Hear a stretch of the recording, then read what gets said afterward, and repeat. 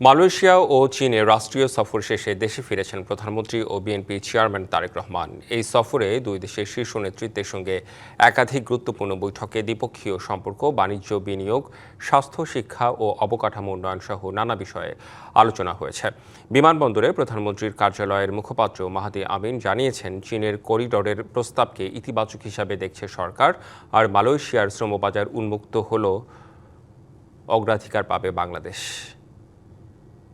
শুক্রবার রাত 8:45টায় প্রধানমন্ত্রীকে বহনকারী বিমানটি ঢাকার হজরত শাহজালাল আন্তর্জাতিক বিমানবন্দরে অবতরণ করে। সফরসঙ্গী হিসেবে একই ফ্লাইটে দেশে ফেরেন তার সহধর্মিণী ও প্রতিনিধি দলের সদস্যরা।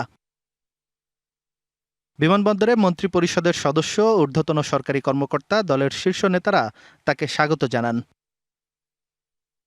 বিমানবন্দরে সাংবাদিকদের সাথে কথা বলেন প্রধানমন্ত্রী কার্যালয়ের মুখপাত্র মাহাদি আমিন। বলেন, চীনের সঙ্গে বৈঠকে দেশটির রাষ্ট্রপতি বাংলাদেশের সঙ্গে সহযোগিতা আরও জোরদারের আগ্রহ ব্যক্ত করেছেন। অবশ্যই আমরা এর মাধ্যমে উন্নয়ন, অগ্রযাত্রা, বাণিজ্য, বিনিয়োগ, কর্মসংস্থান সহ বিভিন্ন বিষয় যা আছে দ্বিপাক্ষিক সম্পর্কের ক্ষেত্রে, বহুপাক্ষিক সম্পর্কের ক্ষেত্রে ইন্টারন্যাশনাল লেভেলে, সেগুলি নিয়ে ইনশাআল্লাহ একযোগে কাজ করব। মাননীয় প্রধানমন্ত্রী এবং চীন এবং মালয়েশিয়ার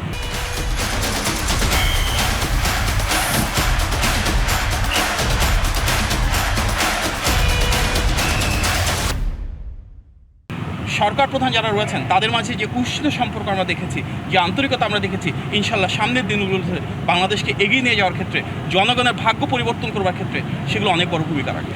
এ সময় চীনের প্রেসিডেন্টের করিডোরের প্রস্তাব নিয়ে সরকারের অবস্থানও জানান তিনি। অবশ্যই আমরা চাই ব্যবসার প্রসার হোক, বাণিজ্যের প্রসার হোক, তাহলে বাংলাদেশে ইন্ডাস্ট্রিয়ালাইজেশন হবে, নতুন ইন্ডাস্ট্রি তৈরি হবে, ট্রেড ভলিউম বাড়বে। সুতরাং আমরা ইতিবাচকভাবে দেখছি।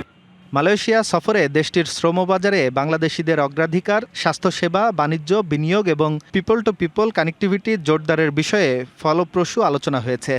মালয়েশিয়ার শ্রম বাজার বিভিন্ন দেশের ক্ষেত্রে প্রযোজ্য। ওনাদের অভ্যন্তরীণ যে নীতিমালা রয়েছে, সেই ইন্টারনাল প্রসিজিয়ার ফলো করবার পরে যত দ্রুত সম্ভব যদি কোনো দেশের মার্কেট ওপেন করা হয়, তবে বাংলাদেশকে ফাস্ট ট্র্যাক করা হবে, প্রায়োরিটাইজ করা হবে।